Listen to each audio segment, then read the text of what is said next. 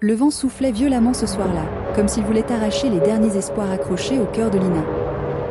Debout sous la pluie battante, elle fixait la vieille maison abandonnée au bout de la rue. C'était là que tout avait commencé, et là que tout s'était brisé.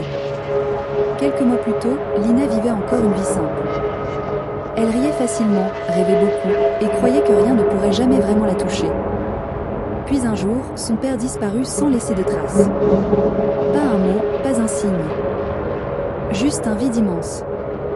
Sa mère, autrefois si forte, s'était enfermée dans le silence. La maison, autrefois pleine de vie, était devenue froide, presque étrangère. Lina avait dû grandir trop vite, porter des questions sans réponse et des douleurs trop lourdes pour son âge. Mais ce soir, elle avait décidé de comprendre.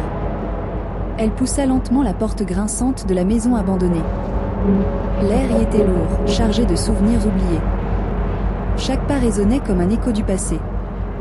Au fond du salon poussiéreux, elle trouva une boîte. Tremblante, elle l'ouvrit. À l'intérieur, des lettres. Toutes écrites par son père. Ses mains tremblaient en parcourant les mots. Il parlait de dettes, de menaces, d'un danger qu'il avait voulu leur épargner en partant. Il n'était pas parti par choix, il avait fui pour les protéger. Les larmes coulèrent sans qu'elle puisse les arrêter. Pendant tout ce temps, elle lui en avait voulu. Elle avait cru à un abandon. Mais c'était un sacrifice. Soudain, un bruit derrière elle. Elle se retourna brusquement, le cœur battant. Une silhouette se tenait dans l'ombre. Lina. Cette voix. Elle la reconnaîtrait entre mille. Papa? L'homme s'avança lentement, fatigué, marqué par le temps, mais bien vivant. Lina courut vers lui sans réfléchir.